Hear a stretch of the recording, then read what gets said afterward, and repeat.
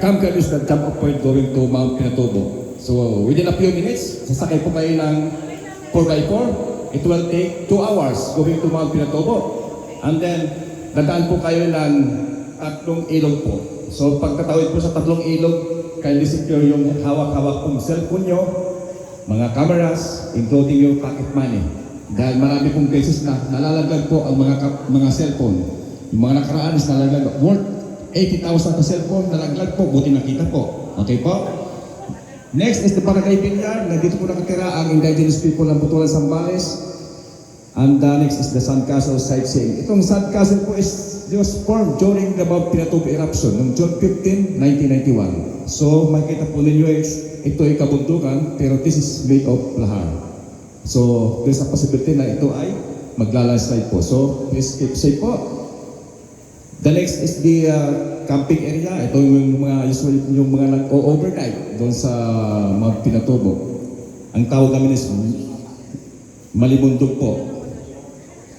Last but not least, the Sitio Daday community. So from parking area going to Mount Pinatubo Crater Lake, it will take 45 minutes, no trekking. So estimated time makakarating po kayo ng Pinatubo Crater Lake is around 8:30 to 9 o'clock in the morning. Okay? Mag-stay po kayo ng 2 to 3 hours at around 1 o'clock, pwede po kayong mag-vacate. Itong pakiusap ko lang sa inyo, no?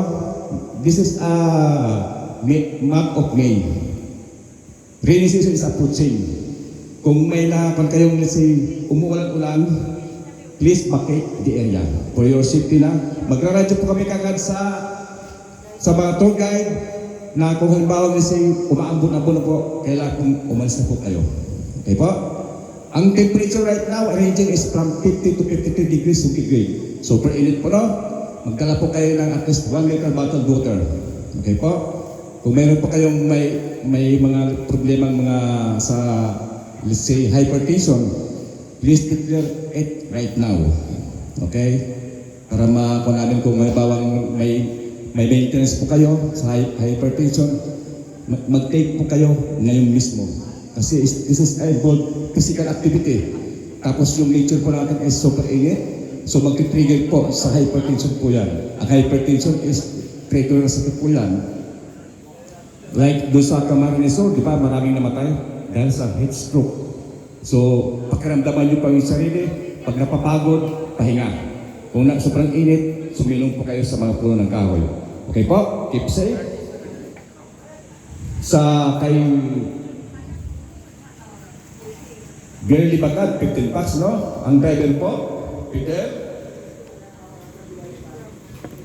Kakmurasa, Tano, and Loloy. Dispatcher.